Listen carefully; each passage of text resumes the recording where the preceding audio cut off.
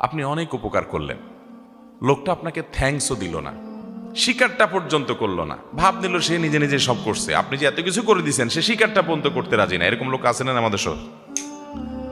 যদি সে স্বীকার না করে তাহলে সে নিজে অপরাধী হবে, কারণ সে নাশকর, সে অকৃতজ্ঞ।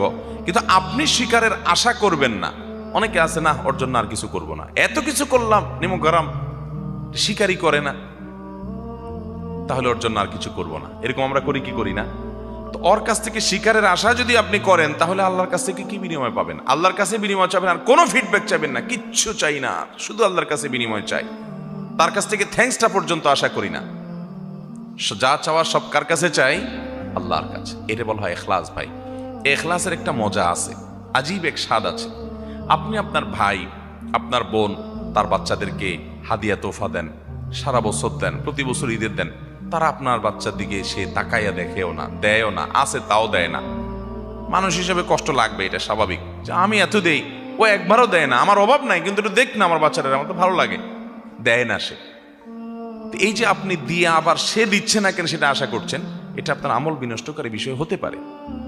এই জন্য আপনি এটা আশা করবেন না।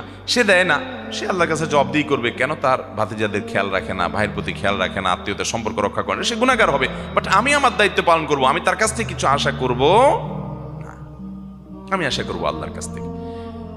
এই পলিসি যদি মাথায় রাখেন এবং এই মূলনীতি যদি আপনি অনুসরণ করেন, তাহলে দেখবেন আত্মীয়তার সম্পর্ক রক্ষা করা আপনার জন্য ইজি হয়ে গেছে, সহজ হয়ে গেছে। শয়তান আপনাকে আত্মীয়তার সম্পর্ক থেকে নড়া